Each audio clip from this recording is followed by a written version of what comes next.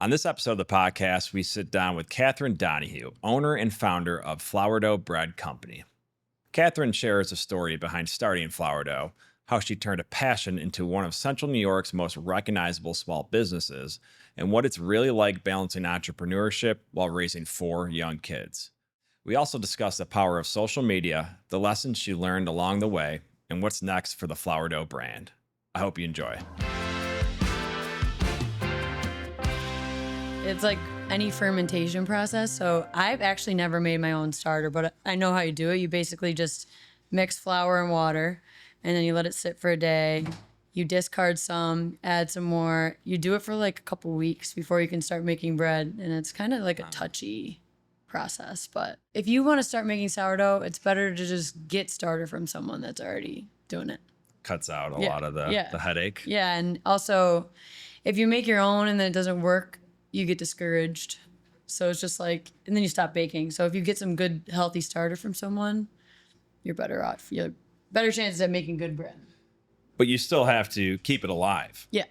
Is that hard? Yeah, it's actually not too bad. Like before I started selling bread, I kept it in the fridge a lot. You can do that. Most people do if you're not selling it. But since I started selling it, it doesn't really see the fridge. I just feed it every day. Because you're so active in making it? Yeah. It keeps it more balanced and healthy if you keep it on the counter and feed it every day. If you care about that stuff. Yeah, like, no, for sure. It's like a level of like, how good do you want to make the bread? You can make good bread with starter that you keep in the fridge, but you make better bread if it's fed every day. On a scale of like a Tamagotchi, is it harder or easier to keep it alive? Feeding your starters takes as long as brushing your teeth. So I do it twice a day in the morning, and it's really not bad. It's pretty easy. How long is that process? 30 seconds? 30 seconds. It's really short. Okay. But people don't like doing it. Don't like doing it every day. They don't want to do it every day. Just because it's something it's just annoying, yeah, I guess. Interesting. Yeah. How long have you been making sourdough bread? So I started around 2020 during COVID. Just like a COVID activity? Yeah, nothing else to do? It was just fun. And then, I just got kind of obsessed with it. So I started making a lot more. And why? The process or the product or the whole thing? I think the process is kind of therapeutic in a weird way.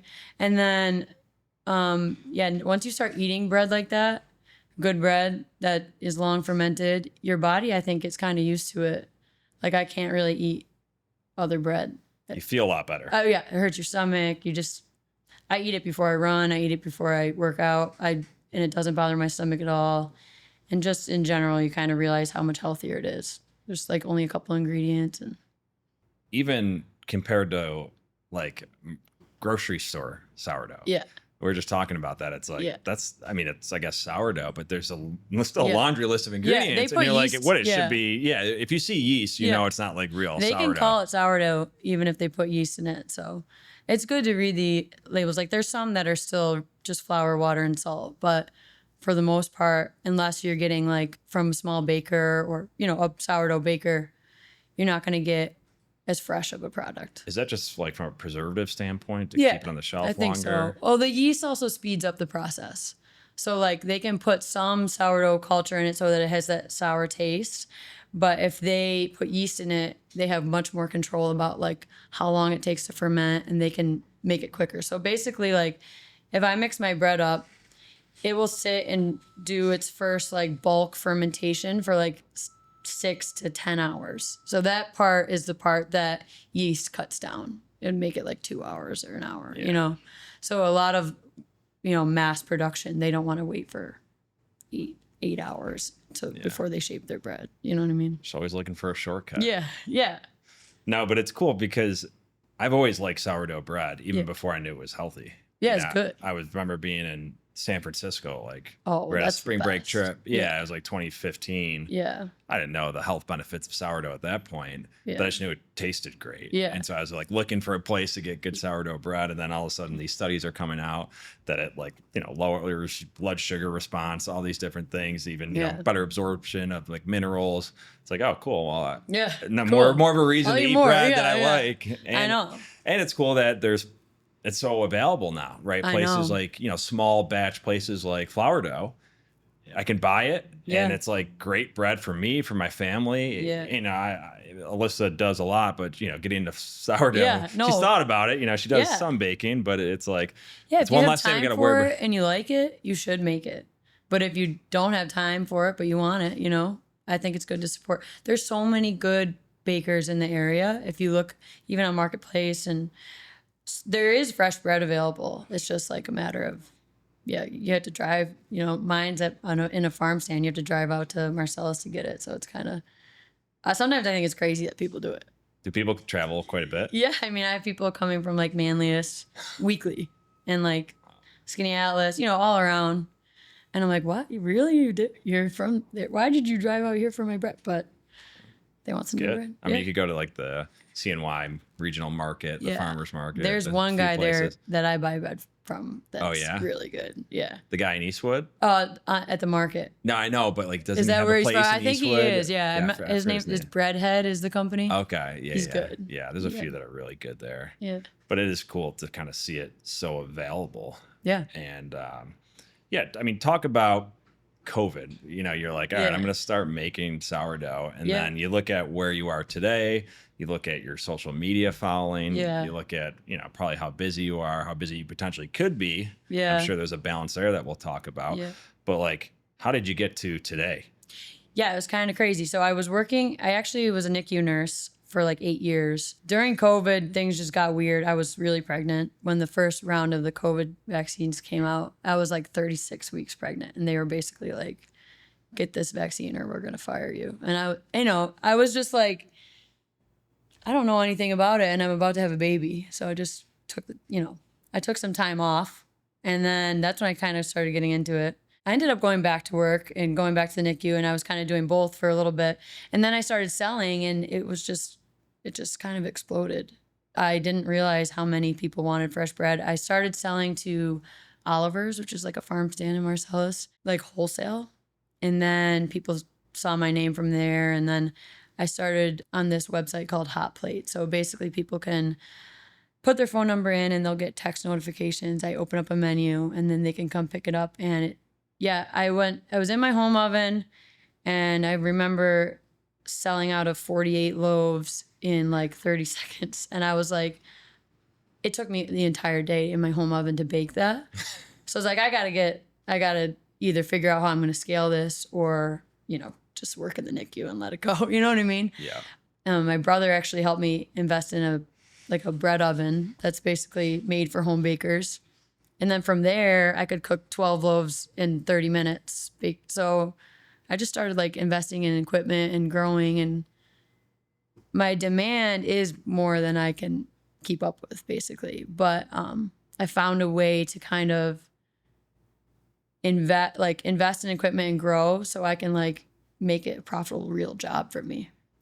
So I ended up leaving the NICU, and now I'm home with my kids and I'm able to work and make money, which was the goal. It's a dream. Yeah, it's sweet. It's a little chaotic. I'm sure. But there's a lot of efficiencies that you can invest in. Yeah. Maybe you'll never be able to meet all the demand. Right.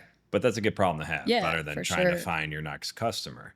But I guess I'm, talk about, hey, I love this bread. I'm making it. Yeah. Does anyone want to buy it? Like, what did you just start asking people? Did someone say, hey, you're making sourdough, I'll buy some from you? Like, how did how did you even learn to like, oh, wait, there's actual social demand media for was this? huge with that. So you started posting videos. You're like, hey, this is cool. I'm going to, I'm making it. I'll post a video of it. Yeah. And then prior to even starting any sort of company, I started giving a lot of it away and having people basically just post, like if you could post a story or something on social media. That's how it started. And I realized how important social media was with it, because I take nice pictures of it, make it look good. People are interested in it. Also, between like me and Dylan, my husband, we both grew up here. We know like a lot of people here, so they were willing to kind of take the chance on trying it. Big families. Yeah, full size, there's 7 kids in my family, and most of us are local still. So like the word kind of got out. I was in the right place at the right time, I think, because within a month I was selling a lot. Yeah. So I kind of think I got lucky with that. I didn't have to like market too much, But I did a couple good markets. So like the Crazy Daisies market is really good. I got my name out to a lot of people with that market. They do like a seasonal. Is that okay? So once in a while? Yeah, once every season. So they have the spring, summer. Cool. And I went to, I think, 2 of those, and it was like, I brought 250 loaves of bread, and I sold them in like 3 hours. Wow. So that market is amazing. I mean, they have the best vendors. So I did that. I popped up at a bunch of stores around us. So I went to like Witty Wicks, Rensden, and Marcellus, a bunch of cute little stores, and I again pushed it on social media a lot. Like, who's going to be there? I'm bringing this, and that was another way I got my name out. But now I mostly just do it from home. Direct to consumer. Yeah. Is that just easier? Is that because family demands? It's easier because, I don't have to pack everything up in the truck, bring it, and I sell everything. It gets paid for before it even gets picked up, which is, for me, it felt important just because I'm spending all this time doing this. I have a bunch of children, and like I need to know that it's going to get sold, basically. Yeah. And I'm able to know that. So talk about social media. Yeah. Because clearly you have a very large following. It is. And tens of thousands of people between Instagram, Facebook, TikTok. And, it's funny because you mentioned earlier that you're like, it's therapeutic. Yeah. I feel like it's therapeutic for people to watch the process. Yeah. There's something to it where it's therapeutic for you to do it, but also just to watch it, just to see the dough, to see you do it. And, you do a great job editing the videos. You have great aesthetics with like the background and everything. But was that also something you were into, is like, hey, these videos can come out cool? Like, I don't think anyone off the street could be like, I'm going to make it, just making sourdough can make great videos like you're doing. I'm sure you've gotten better at it, but talk about that whole process. I've definitely gotten better at it. At first, I was like, I'm not going to do any of that. My sister started the business with me, so she will sell seasonal flowers. And I kind of thought in the beginning that she would just edit all my videos because I was like, I don't think I can do that. Once I started doing it, I just started having fun with that. And I like watching them too. So I don't know. Yeah, I just think it's cool. You get the immediate feedback. Yeah. You post a video, all of a sudden you're like, right. follow. You're like, oh wow, I'm actually decent at this. And I've been able to make whatever. a little money on there too, which has been crazy, mind blowing for me because it feels so easy because it's fun. You know what I mean? Yeah. Like I work with the mixer company that I use. I work with them as an affiliate partner in the oven I have. So that's been kind of fun just to use that product like I would anyway. And I have fun making the videos. And then I can partner with these cool companies. Is it ever a grind to make those videos or not really? Sometimes I don't like it. And that's why I like that it's not my job. The social media is not my job. I'm not relying on it for income.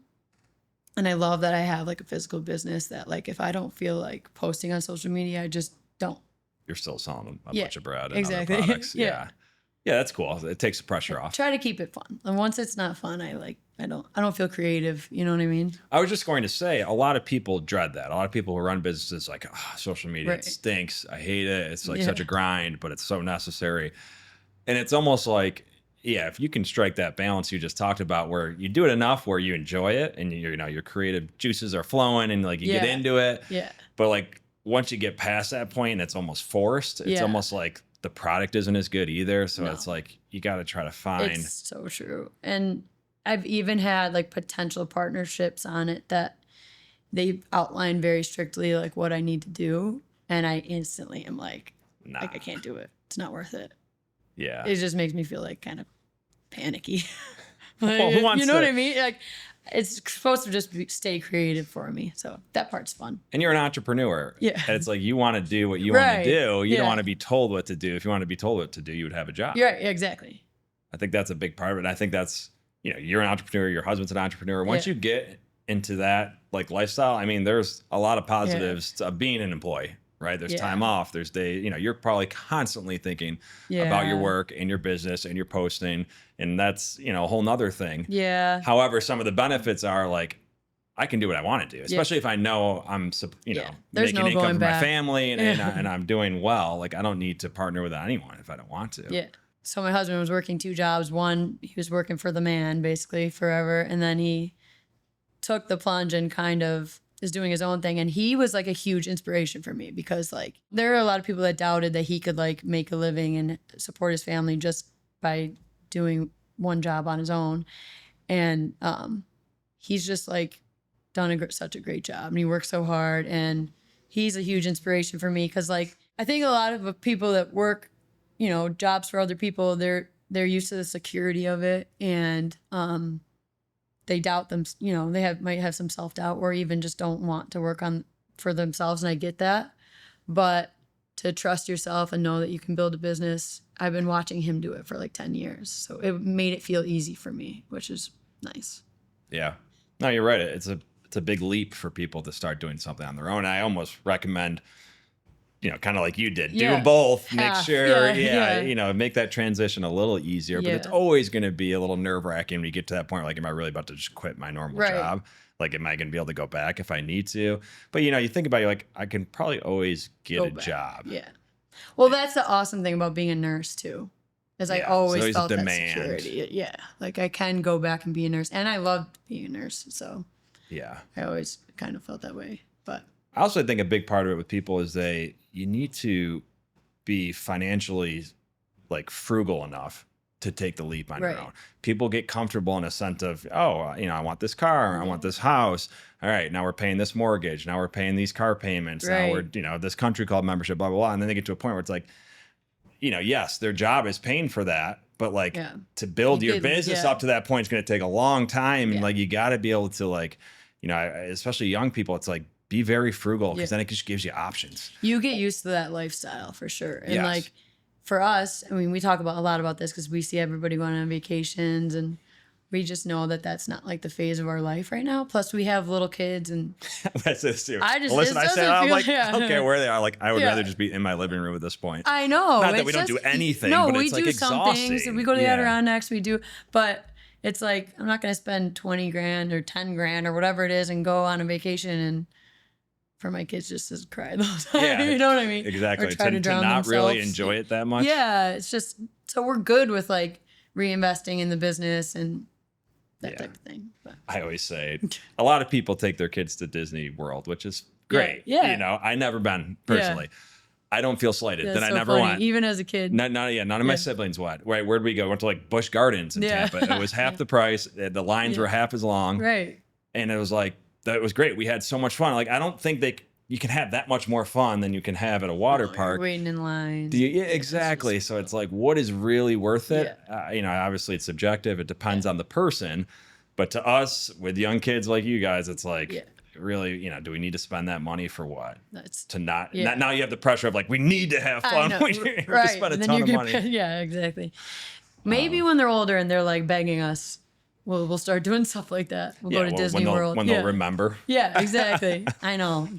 But also, right, then you have time to save money and invest money, and then you'll be making more money, or your investments will be making more money. That's what I always say, too. I'm like, while the kids are young, it's like, you know, if we can live a relatively frugal lifestyle, once they're out of the house, we're going to be doing whatever the heck we want to do. Yeah. And that's something to look forward to. Well, what do you want to do with your young kids? Hang out with them. Yeah. I mean, where does it matter? Right. If you're in your living room, if you're at, and they're playing with each other, and exactly, you know, the ocean, whatever it is, you're hanging with your kids. Yeah. This episode of Upstate Impact is brought to you by Renewal by Anderson of Central New York. It's Christmas in July, and for a limited time, you can save 20% off your entire project with no payments until Christmas 2026. And because you're listening to the Upstate Impact Podcast, you'll receive an additional $500 off your entire project when you mention Upstate Impact during your free consultation. If you've been thinking about replacing your windows or doors, now is the perfect time. Schedule your free window and door inspection before July 31st by calling 315-422-3500. Again, that's 315-422-3500. Mention the Upstate Impact Podcast to receive your additional $500 off. Renewal by Anderson of Central New York, locally owned and operated, and proud to support the stories that make Upstate New York great. Talk about having young kids and running a business out of your house. Yeah. For young boys, 6 and under, correct? That's a lot. It is. It's crazy, but it's actually so nice. My husband's schedule is very flexible, so he works in the evenings mostly. So I get a lot of my work done in the mornings, and he's home. So we have a lot of we work opposite shifts sort of. I mostly work Tuesdays through Thursdays. So I pile like 35 to 40 hours in those 3 days. Yeah. And then I have actually my mom, I like hired my mom. So she's my first employee. She comes Wednesdays and Thursday mornings. And so we've struck a really nice balance as like someone is always with the kids and that's covered. If he has to go to work and I'm still not done with my work, honestly, the kids have really learned to kind of know that I'm working, and if they need something, I'm there, and that's why I do it. And that's why I'm working from home. But yeah, they're pretty good. They're used to, the thing is they are watching us work all the time. And sometimes I think we both feel a little guilty about that, but at the same time, like, we're always with our kids. One of us is pretty much always with our kids, which is pretty awesome.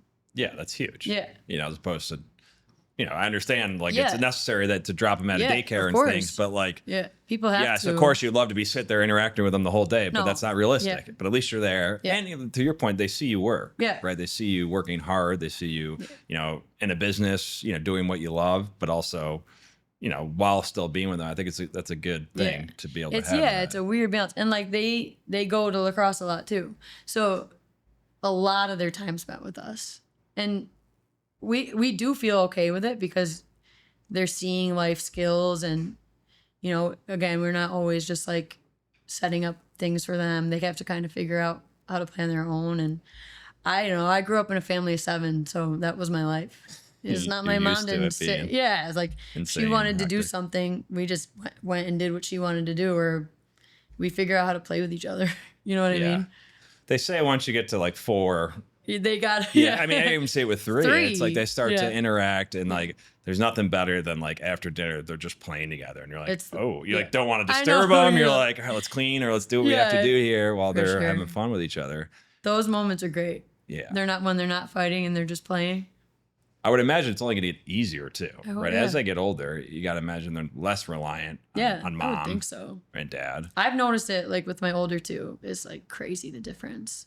Just one of them's almost 7 and he helps out, and the one under him he comes into the bakery all the time. He knows he could probably make bread at this point because he's actually interested in it, and he's asking me, "Is that starter? What are you doing?" And it's just cool. That's really cool because he could probably help soon. Yeah, one day. Right? Yeah, he's 5, right? Yeah. These kind of yeah. That'd be funny. Probably the youngest baker in the area. Right, I know. Put him to work. Where do you see flour dough going? Like, do you care? Like, do you just enjoy what you're doing now? You have a good balance of your young kids and making some money and doing what you enjoy.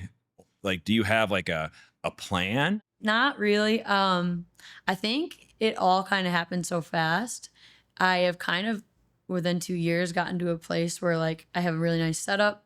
I got a good workflow. I like figured out the schedule. I do feel a little pressure like from the demand, but I think it's really important to me that while my kids are young and before they're all in school, I'm still just doing this and at home.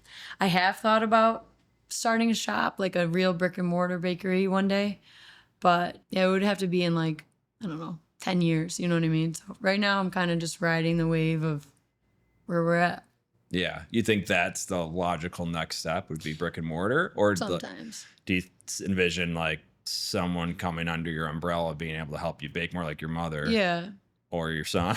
Yeah. No, like, yeah. Even like, let's say in manliest, like someone who you're going to help teach and guide, and you guys can leverage social media together. And it's like, all right, we have a pickup in manliest now. Yeah, that actually, I haven't thought about that. Sounds like a good idea. Yeah, that's just, I think that would be a way to be able to continue what you're doing. Yeah. I mean, brick and mortar, I'm sure you get a lot more business, but it's going to be a lot more work. You're going to live there, at least initially. I've talked to a bunch of people about this because initially I was like, I'm going to have to do that. And basically, a lot of business owners that I've talked to about it have said basically staying small is better than being medium. So it's like small or a large business is great, but in the middle is really hard because you're still small enough that you can't like afford to hire too many people, but So I think keeping it small and not having many employees or anything like that is kind of my goal for now, Yeah.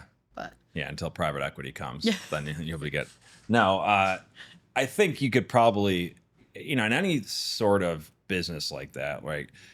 you can only bake so much. Right. So you need someone else to do it. Yeah. And it's like, do you want to hire an employee to do it?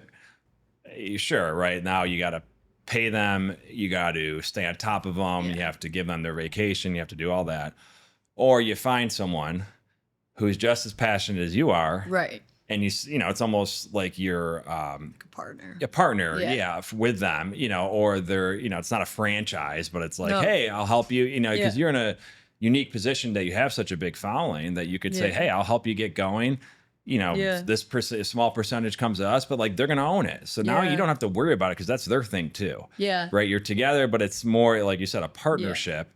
And I think there's That would definitely a be- lot of opportunity in that. Instead of like the traditional business route, it's like, you know, it's like a gig economy in a way. It's like, Yeah, hey, we're that's- partnering on this gig. And then, you know, there's just a lot of benefits to that. And I think a lot of businesses are moving towards that because ultimately, as we talk about employees, it's tough. Like if you don't own it, you No, know, that's so smart. Because also, I don't know that I want to teach someone how to do it all.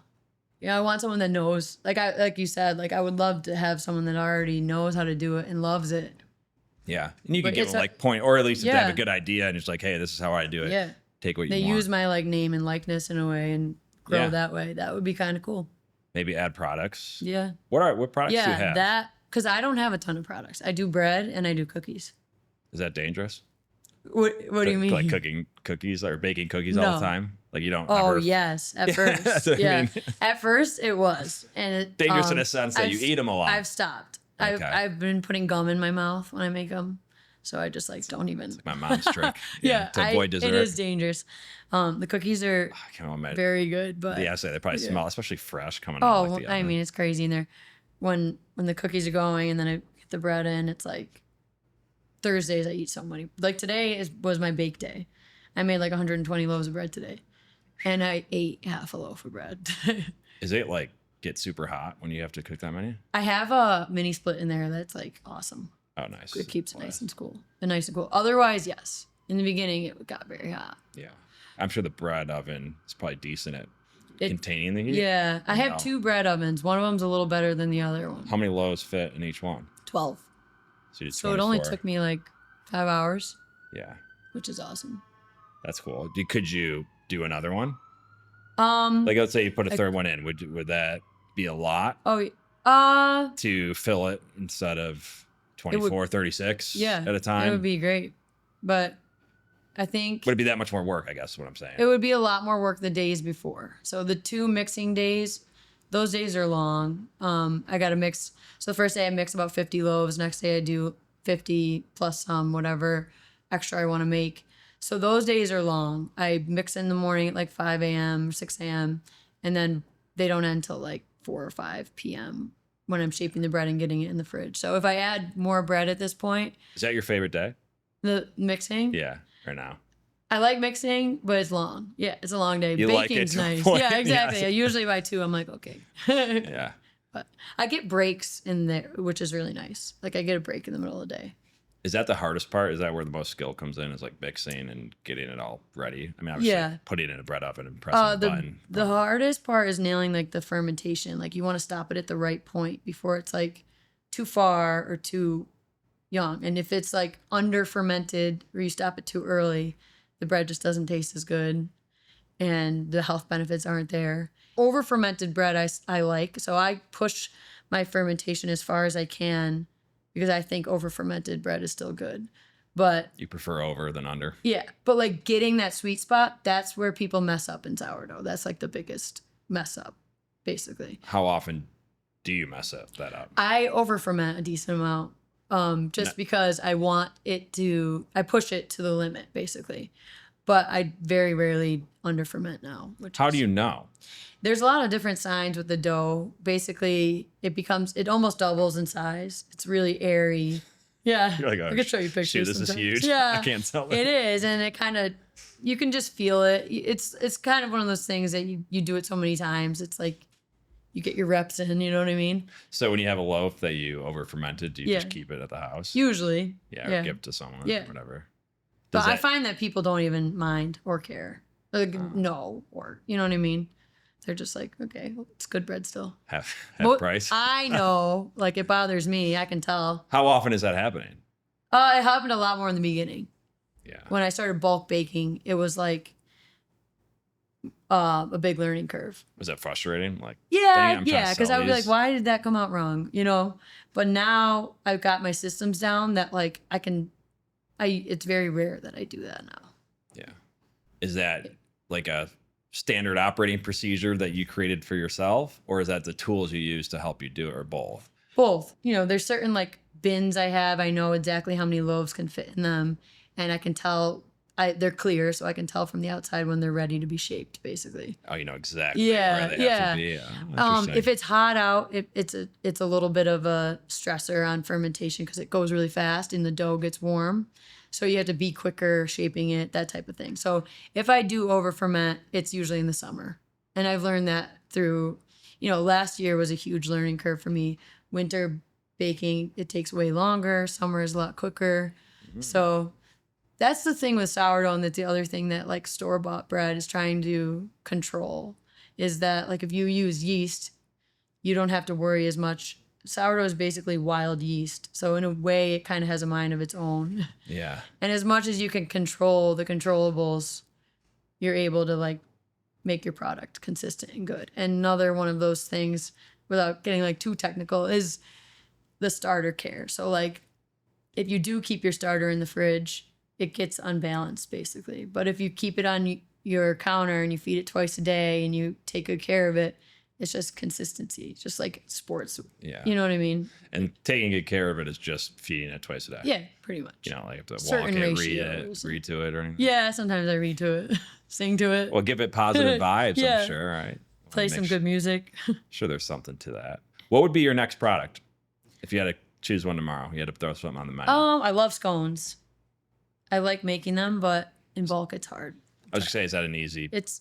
I think it's hard in bulk. There's so many ingredients in a scone. Yeah. Well, it probably depends what type of scone. Yeah. Right? Well, it's mostly just with bread, I only have to worry about 3 ingredients. And when I have little kids and all this, ordering the ingredients and figuring that whole part out just feels like pushes me over the limit. But bread is just like, I need flour, I need water, I need salt.